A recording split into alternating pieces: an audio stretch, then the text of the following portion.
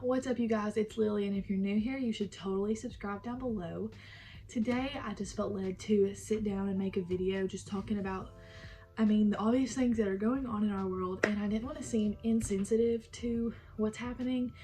The first thing I did was I filmed a video that was like 10 things to do while you're in quarantine, but I felt like that was super insensitive because, not everyone's at home bored. Like, there are actual horrible things going on. So I wanted to make a video that was really truly helpful to people during this tough time, because it is like so easy to be afraid during all this, and fear can just really get a hold of you. It can really be dangerous and get a hold of your heart, just fear of the future. But I just wanted to talk today about how there's two different ways to handle this. There is a difference between awareness and being afraid, because right now I'm aware that the coronavirus is going around and that it is a threat to the population, that it is a threat to our world. I'm aware of that, but I'm not afraid of it because my God is bigger than any situation. Because there's a verse that I just want to keep this video centered around, and it is Psalm 112:7, and it says, "He will not fear bad news. His heart is confident, trusting in the Lord. His heart is assured, and he will not fear." And I just thought this verse was so good. I actually saw it on MMA Jenkins' Instagram, and it just like really put something in me. Like, I'd never heard that verse before, and I just thought it was so good that he will not fear bad news. His heart is confident, trusting in the Lord. His heart is assured, and he will not fear. I just felt like reading that again. But I just thought that verse was so good. And it says his heart is confident and his heart is assured. It is one thing to like know that God's there, like, yeah, God's fighting my battles, God's gonna get us through this, but to really believe that, to have a confident heart and a confident spirit about that, for your heart to be assured that that is true. And back to what I was saying, I am aware of all this happening, but I'm really trying to get a sense that I'm not afraid of it, because whatever happens, God is in control, and God is really just the only thing that can save us from this, no matter what happens. No matter if I get sick, and I'm saying in the name of Jesus that I'm not, but even if something bad were to happen to me or to you or to a loved one, God is still going to be there, and he's still going to be the only constant in our lives. That's something that I've really found out lately for myself, is that God is the only thing in our life that is constant, that is constantly good, that is constantly going to pour into you and going to only give you good things. That there are so many things that we can idolize or cling to, but in the end they can always fail us, but God will never fail us. And we're not gonna not fear because we trust that everything's gonna be okay. It's that we don't fear because even if everything is not okay, God is still gonna have a hold of us. Even if everything's not okay, God is still there, and God is gonna get us through this storm on the other side. And even if bad things do happen, even if the rain comes, my feet are on the rock. That is one of my favorite songs.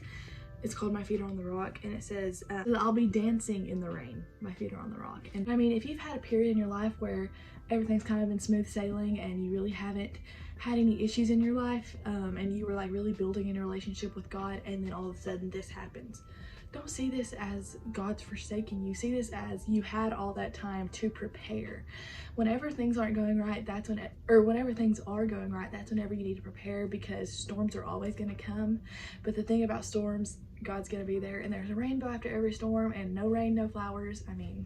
And this is another verse that I just found that's just a really good one to keep in mind through all this. And it says, "So I take pleasure in weakness, insults, hardships, persecutions, and in difficulties for the sake of Christ. For when I am weak, then I am strong." So we endure weaknesses so we can be strong, and when we are weak is when God's strength can show out.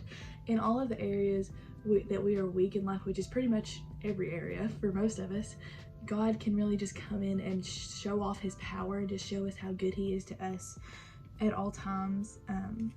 And in this time, we really just need to keep our faith, just have our steadfast faith, because you're still here. God's brought you through so many things. He's not gonna fail you. He hasn't failed you yet. So just keep the faith that he's gonna bring us through this even stronger, and just even with even thicker skin to go through things, because in the end, God is always there, and God is always faithful.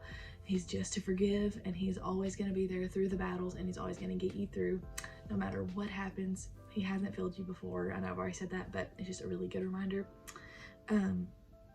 I can think of how many times that you thought, how am I going to get through this? I'm never going to get through this. And you did.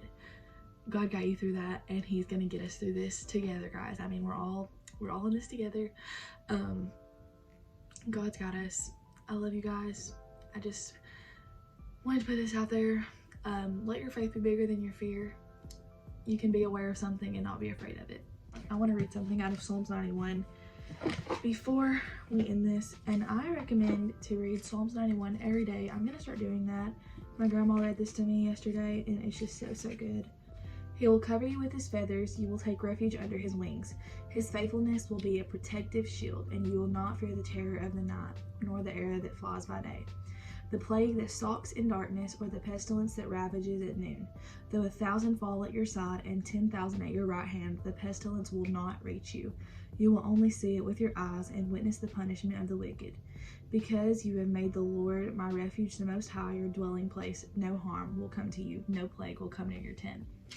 It's just a really good reminder. Though 10,000 fall at your right hand, the pestilence will not reach you. And I'm still on a regular Friday posting schedule. I'll post on Friday. I just did not want to seem insensitive to this and act like nothing's happening because things are happening. But I love you guys, and I'll see you next time. Bye.